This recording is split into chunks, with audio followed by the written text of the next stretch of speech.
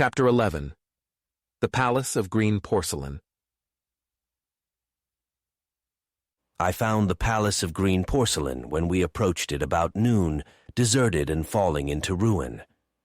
Only ragged vestiges of glass remained in its windows, and great sheets of the green facing had fallen away from the corroded metallic framework. It lay very high upon a turfy down, and looking northeastward before I entered it, I was surprised to see a large estuary, or even creek, where I judged Wandsworth and Battersea must once have been. I thought then, though I never followed up the thought, of what might have happened or might be happening to the living things in the sea.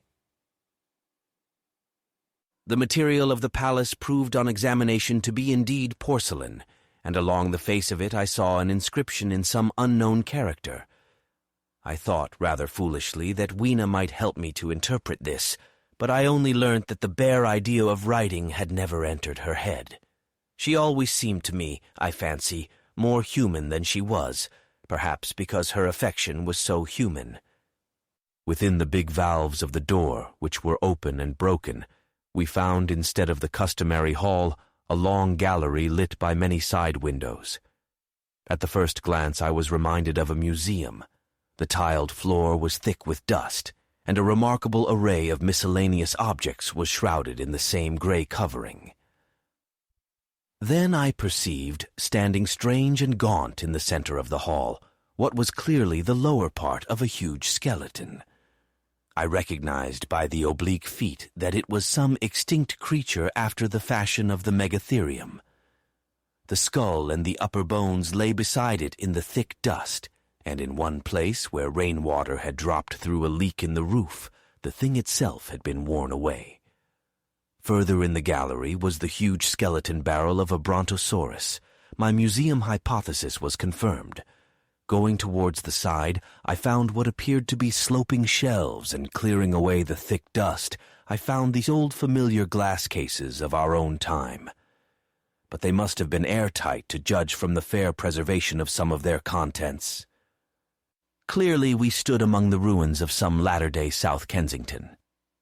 Here, apparently, was the paleontological section, and a very splendid array of fossils it must have been, though the inevitable process of decay that had been staved off for a time, and had, through the extinction of bacteria and fungi, lost 99/100ths of its force, was nevertheless, with extreme sureness, if with extreme slowness at work again, upon all its treasures.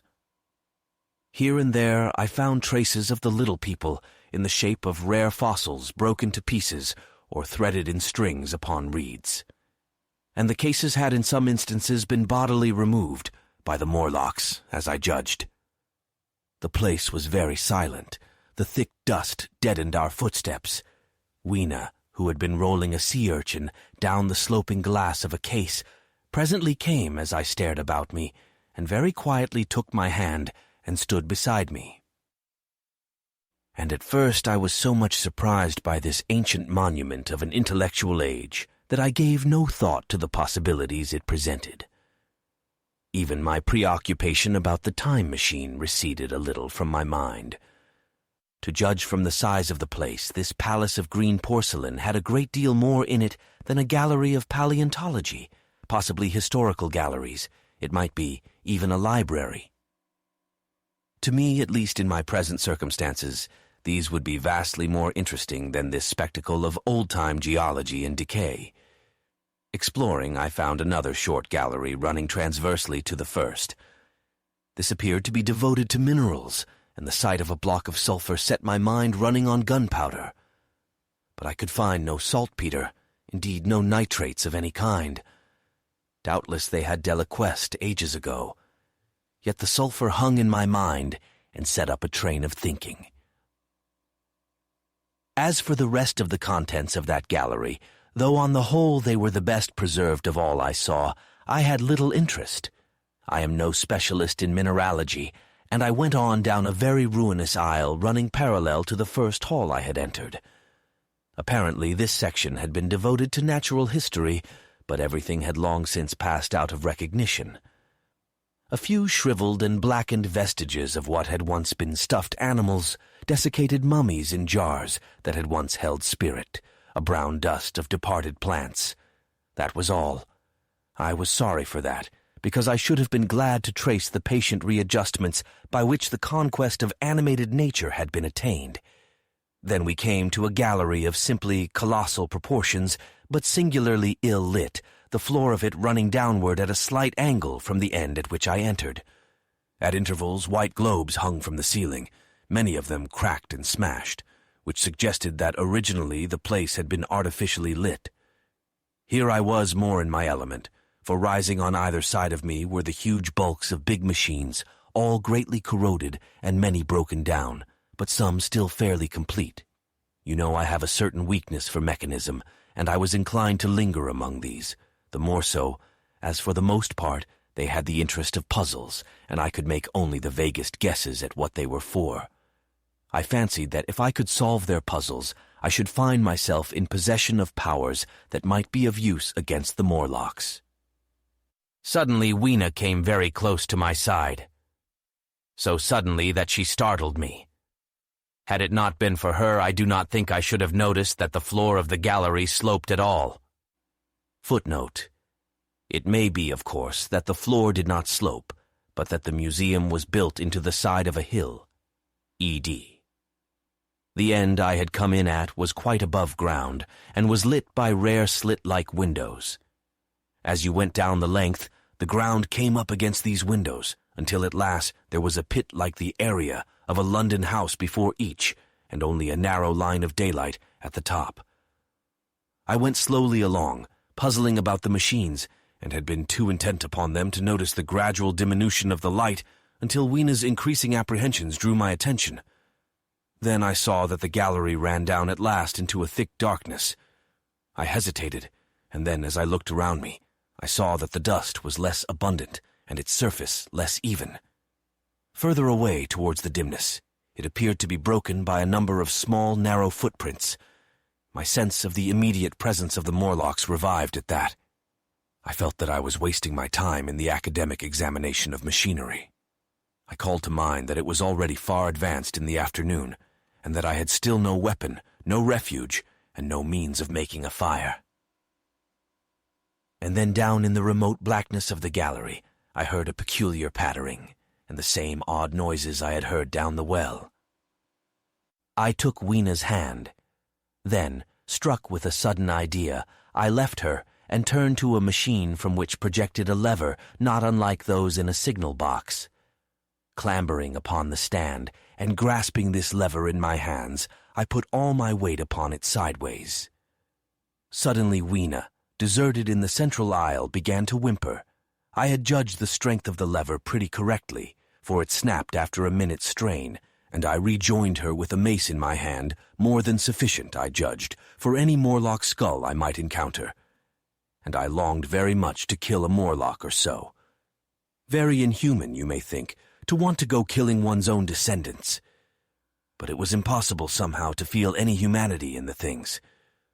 Only my disinclination to leave Weena, and a persuasion that if I began to slake my thirst for murder my time machine might suffer, restrained me from going straight down the gallery and killing the brutes I heard. Well, mace in one hand and Weena in the other, I went out of that gallery and into another, and still larger one, which at the first glance reminded me of a military chapel hung with tattered flags. The brown and charred rags that hung from the sides of it I presently recognized as the decaying vestiges of books. They had long since dropped to pieces, and every semblance of print had left them. But here and there were warped boards and cracked metallic clasps that told the tale well enough. Had I been a literary man, I might perhaps have moralized upon the futility of all ambition. But as it was, the thing that struck me with keenest force was the enormous waste of labor to which this somber wilderness of rotting paper testified.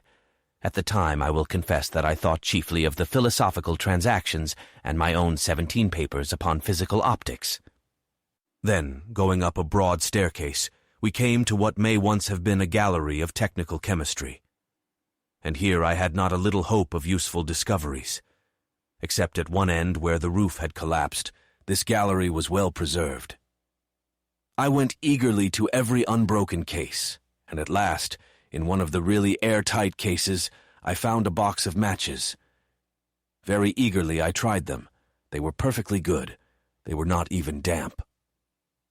I turned to Weena. "Dance," I cried to her in her own tongue, for now I had a weapon indeed against the horrible creatures we feared. And so, in that derelict museum, upon the thick, soft carpeting of dust, to Weena's huge delight, I solemnly performed a kind of composite dance, whistling the Land of the Leal as cheerfully as I could. In part it was a modest can-can, in part a step dance, in part a skirt dance, so far as my tailcoat permitted, and in part original, for I am naturally inventive, as you know. Now, I still think that for this box of matches to have escaped the wear of time for immemorial years was a most strange, as for me it was a most fortunate thing. Yet oddly enough I found a far unlikelier substance, and that was camphor. I found it in a sealed jar that by chance, I suppose, had been really hermetically sealed. I fancied at first that it was paraffin wax, and smashed the glass accordingly. But the odor of camphor was unmistakable. In the universal decay, this volatile substance had chanced to survive, perhaps through many thousands of centuries. It reminded me of a sepia painting I had once seen done from the ink of a fossil belemnite that must have perished and become fossilized millions of years ago. I was about to throw it away, but I remembered that it was inflammable and burnt with a good bright flame, was in fact an excellent candle, and I put it in my pocket. I found no explosives, however, nor any means of breaking down the bronze doors. As yet my iron crowbar was the most helpful thing I had chanced upon. Nevertheless, I left that gallery greatly elated. I cannot tell you all the story of that long afternoon. It would require a great effort of memory to recall my explorations in at all the proper order. I remember a long gallery of rusting stands of arms, and how I hesitated between my crowbar and a hatchet or a sword. I could not carry both, however, and my bar of iron promised best against the bronze gates. There were numbers of guns, pistols, and rifles. The most were masses of rust, but many were of some new metal and still fairly sound. But any cartridges or powder there may once have been had rotted into dust. One corner I saw was charred and shattered, perhaps, I thought, by an explosion among the specimens. In another place was a vast array of idols, Polynesian, Mexican, Grecian, Phoenician, every country on earth, I should think. And here, yielding to an irresistible impulse, I wrote my name upon the nose of a steatite monster from South America that particularly took my fancy. As the evening drew on, my interest waned. I went through gallery after gallery, dusty, silent, often ruinous, the exhibits sometimes mere heaps of rust and lignite, sometimes fresher. In one place I suddenly found myself near the model of a tin mine, and then by the merest accident I discovered, in an airtight case, 2 dynamite cartridges. I shouted "Eureka!" and smashed the case with joy. Then came a doubt. I hesitated. Then, selecting a little side gallery, I made my essay. I never felt such a disappointment as I did in waiting 5, 10, 15 minutes for an explosion that never came. Of course the things were dummies, as I might have guessed from their presence. I really believe that had they not been so, I should have rushed off incontinently and blown Sphinx bronze doors, and, as it proved, my chances of finding the time machine altogether into non-existence. It was after that, I think, that we came to a little open court within the palace. It was turfed and had 3 fruit trees. So we rested and refreshed ourselves. Toward sunset, I began to consider our position. Night was creeping upon us, and my inaccessible hiding place had still to be found.